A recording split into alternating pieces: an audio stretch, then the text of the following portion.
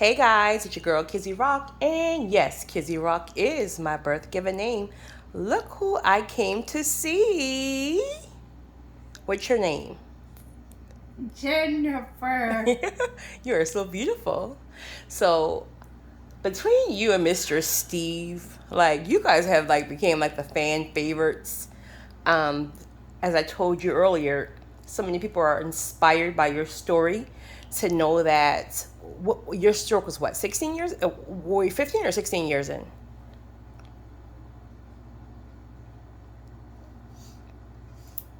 16. 16 years in. So we're 16 years in later. Again, if there's anybody new who haven't seen the last recording, I think during Christmas time, Jennifer had a stroke very young. She was only 30. She believed that the stroke was caused by you was going through in vitro, correct? Yes. In vitro fertilization. Jen was actually a head RN. She was a head nurse. And where were you, Jen? More today. Moore City? Is that North Carolina? North Carolina. She was newly married. She had a 4 year. Ethan is what, 21 now or 22? 21. You know I know all these answers. Why am I asking you? Because I need to Dave Right? And you know I like to challenge your what? thinking. Absolutely. Because you've had so many people who told you that you would never think a certain way. You would never. And so I always tell you, if you don't use it, you will what? Lose it. Lose it. So again, so many people. You and Mr. Steve, you haven't met Mr. Steve yet, but you hear me talk about him a lot. You've been with me when I went by to see him, but you guys have like really been so inspiring. And so today I said to you, I said, Jen, I finally realized within the last 6 months to the year, or 6 months to a year of my life, that I finally realized that I'm the prize. I'm the prize. And every single person who comes in contact with me, I'm the prize. And I never knew that. But because I have been intentional about growing my relationship with God and understanding why I was created, my purpose and my calling, etc., now I know I'm the prize. And I looked over at you in the car and I said, and you're the prize as well. And what do you say to me? What's the prize?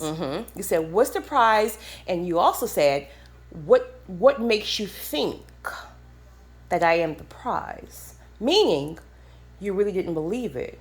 Am I right? Right. And I said to you in the car earlier today, I said, the doctors told you you would never do what? Walk or talk again. Never walk or talk.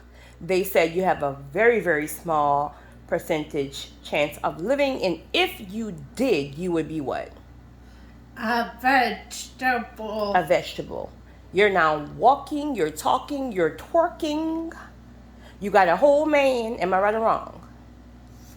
Right. I took you to our lawyers to have your competency restored.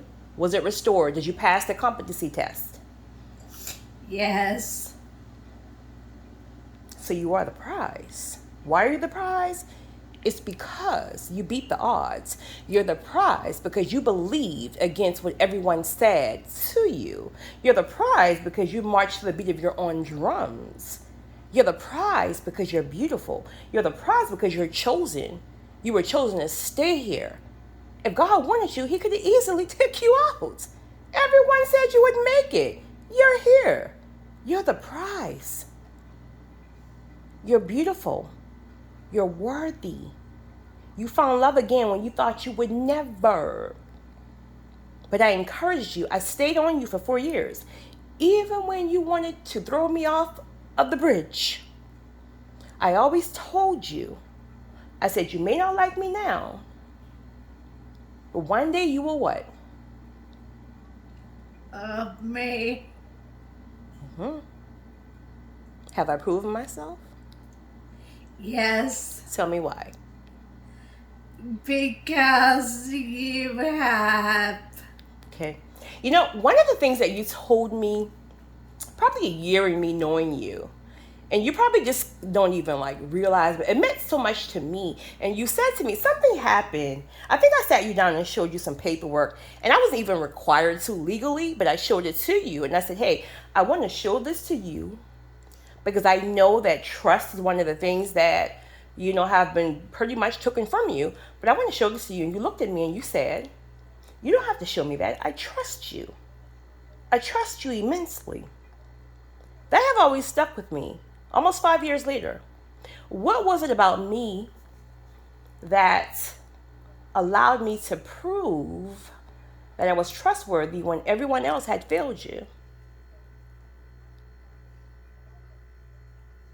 Your spirit.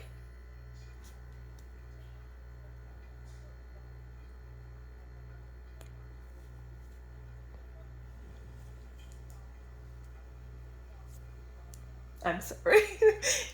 You know, you've never said that to me. I thought, oh my God. I thought you was about to say, because I always show up when no one else do.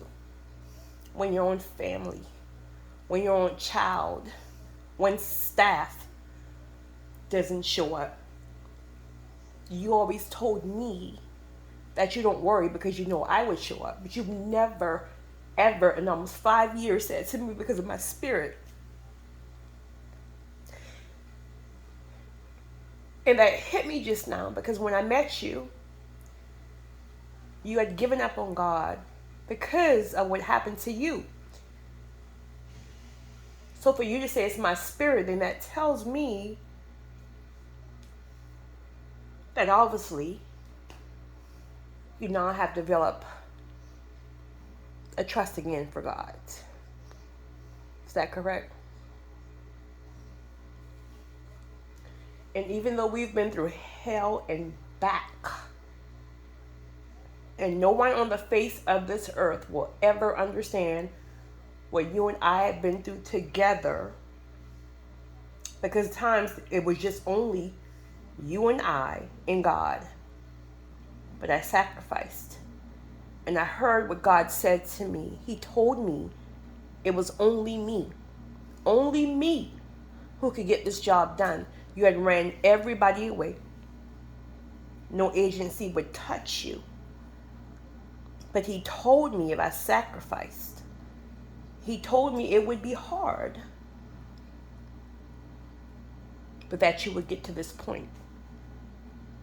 And it took about a good 2 solid years. We're almost 5 years in now, but it took about a good 2 solid years to really, oh my God. This is why I always tell people always like to say things like, I want to be used. God use me. God use me. And people tend to think at times that is just like, I want to stop and give someone a smile. God use me means you sacrifice self in order for God to get the glory in whatever that he's doing. And to see you now who is finally stabilized, who is finally happy and whole, even though we still have some ways to go, but to see you at this point now, from when I first met you, it proves to me that when we sacrifice self, God will always get the glory. So really fun, really quickly before we leave. Let's talk about each other. Each other. Strength, weakness, our pros and cons, our vices. Who want to start, me or you? You. Okay. All right. So, you know, I stay on you. And I always tell you, you may not like me sometimes, but I don't care sometimes. Not when it comes down to your betterment, you will appreciate me later. And I've proven myself with that. But I always tell people, like, I'm not like serious all the time. You know, I'm a clown. I like to have a great time. So I think it's important to laugh and talk about your strengthen your weaknesses and your imperfections and your vices. All right. Because no one is, listen, no one is perfect. We all have our stuff, right? Right. We all have our goods and our bads. All right, so I'll start with you. Your goods are you're extremely determined. I don't think I've met anybody more determined than you. Again, you came from literally being a vegetable to someone who's now twerking. Okay. You're extremely determined. No matter how much I push you, even though there's times you want to you want to cuss me out, you won't, because you know that it's going to come out. So you're extremely determined. You're extremely intelligent. Coming from a doctor who said you would never. Thank you. You're welcome. Coming from doctors who said you would never ever talk again. We go to the most extravagant restaurants, and there's times I have to ask you, how do I pronounce this? And you tell me, or you order it for me. You are extremely intelligent, and this is why I stay on you a lot when I tell you, stop downing yourself. Don't you let anybody tell you that there's something wrong with your mind and you're slow and you're this. There's nothing wrong with you. Okay. You're beautiful. I always tell you that. You have the best hair. Everybody knows you have the best hair. You're beautiful. Again, you're beautiful, you're intelligent, you're smart, you're witty. You know one thing I really, really like about you that I wish I had? Your ability to forgive easy. If I piss you off or someone picks you off, it's like you don't hold on to it. Like you might just kind of roll your eyes, but I can come in here and like make you super mad, like really, really mad. And I can leave out the house and I'll get convicted of my I'll get convicted and I'll come back in here and I'll say something to you. And it's like it never happened. You don't hold on to things. Were you always that way? You're a Taurus, correct? Yes. Oh, okay. You're a Taurus, correct? Yes. I've heard Taurus were very stubborn. Now let's be clear. You're extremely stubborn. Can you hold your head up for me? You want to challenge that neck muscle.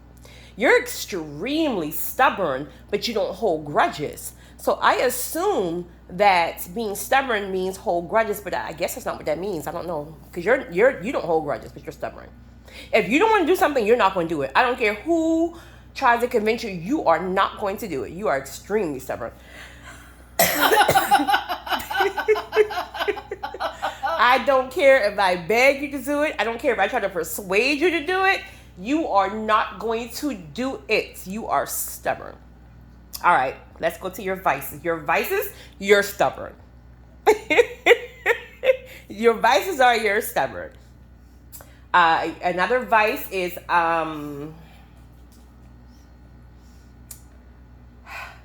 you can be manipulative at times.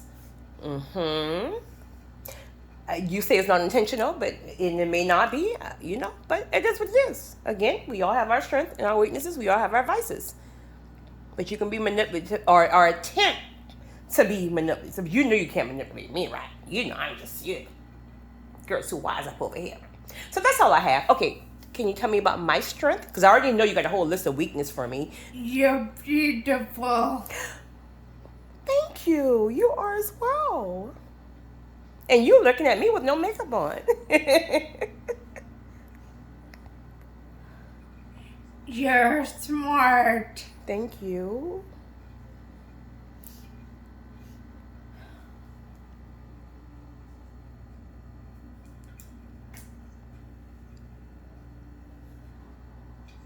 You're kind.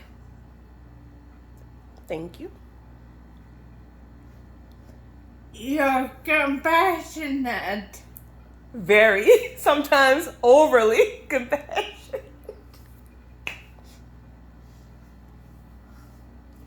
Okay, what's my vices? I'm ready. Your temper.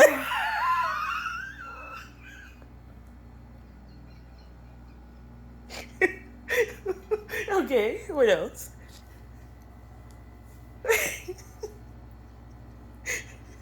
That's all.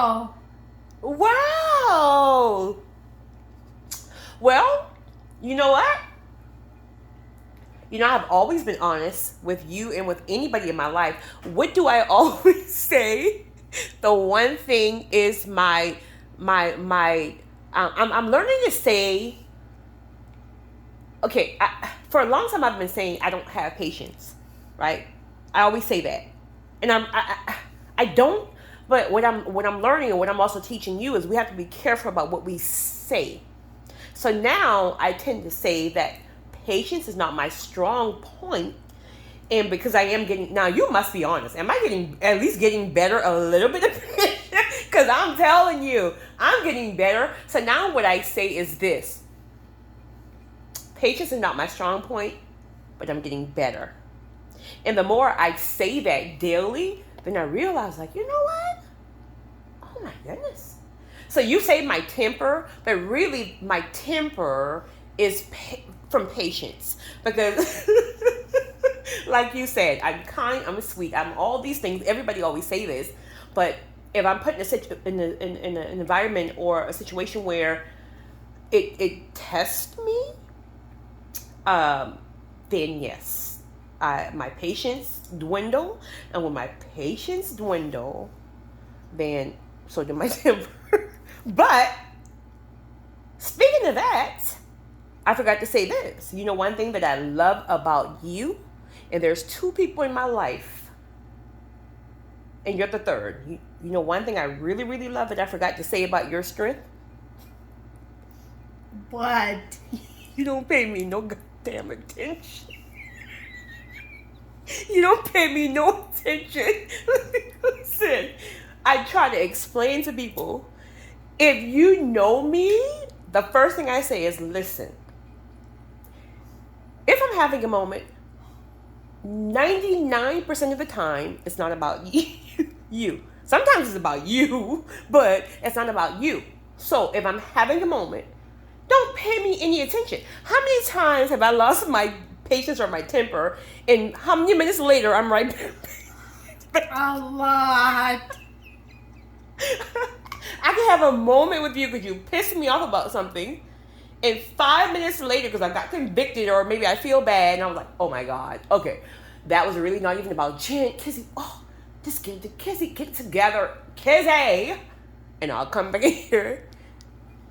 And speaking of that, one thing I give myself, do I always apologize when I'm wrong? Yes. Most people don't do that.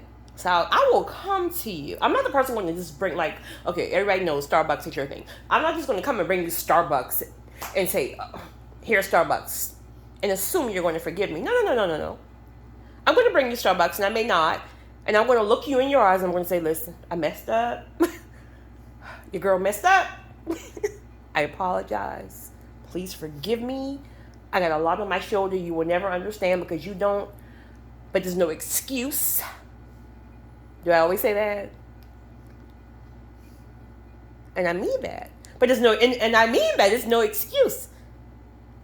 So I actually keep praying for me. And my advice is not keep praying for you. I love you. I love you too. You're going to tell your YouTube friends goodbye? Bye. Wave that hand and you show them that the doctor, no. Both hands. Both hands. The other one. There you go. The doctor said you would never move your hands and look at you. Raise the roof. Ooh, raise the roof. Ooh. It's your girl, Kizzy Rock and Jennifer.